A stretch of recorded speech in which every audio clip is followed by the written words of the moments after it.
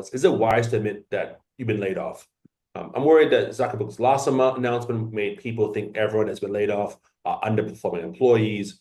This was a very relevant topic, but 2 years ago when Google first started laying people off, and I think subsequent layoffs that happened this past week, we also heard that Stripe laid people off too. So, Dion, you want to perhaps share your insights, and I can also give my insights on this question.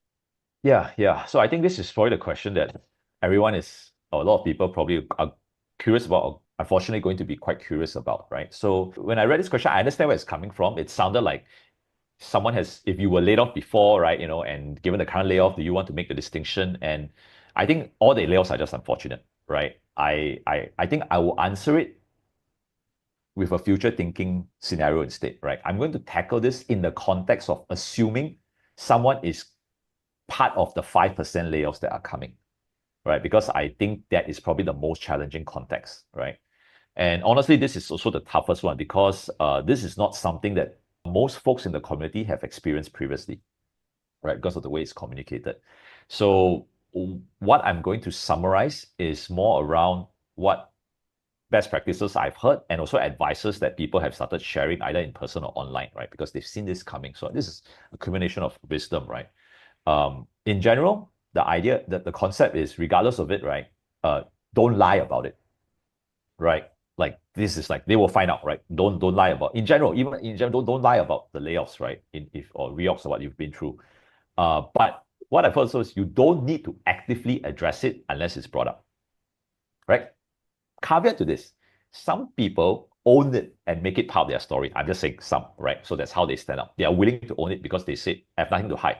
I'm very clear, I'm a top performer. You can talk to my managers and stuff, right? Just a business decision. I'm okay with it, right? And it reflects their character in a way, right? I'm saying that's how some people turn this around, right? Along that lines, the phrasing could help, right? Instead of layoffs, sometimes it's just a matter of wording, right? Sometimes larger restructuring makes more sense, right? It's just connotation, right? Depending on the scenario, even with the 5%, right? Like we don't know how it happens or who many people let go, right? I think a lot of people accept that these are good performers, right? And you've read all around LinkedIn and all this, right? The people who have been laid off, who are not performers, would have been laid off long ago already, right? It's just a matter of a business decision, right? But the phrasing is like that. So there is safety in numbers, right?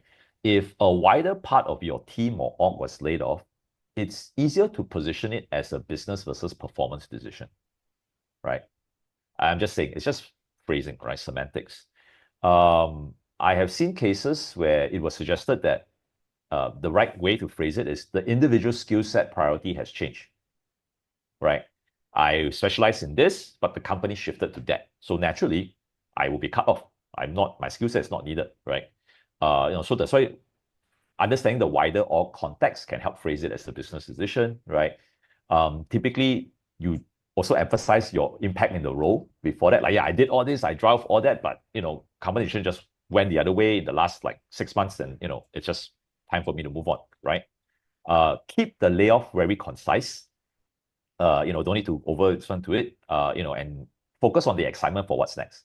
And this is important so that people, you maintain professionalism, right? Don't badmouth your employers. Avoid negative emotions around this, right? Because no one likes that, right? Not saying no one likes that. It's just sometimes people are not sure. Are you in the right frame to move on or not, right? Am I just a rebound company for you? And stuff, right? This is also why back to the thing, right? Strong buy-in and referrals help with the hiring manager. So you can imagine a scenario where someone goes to a company and say, hey, trust me, right? I vouch for this person, right? It's just an unfortunate business decision, right? Like this person is definitely not a low performer. You should definitely speak to him or her.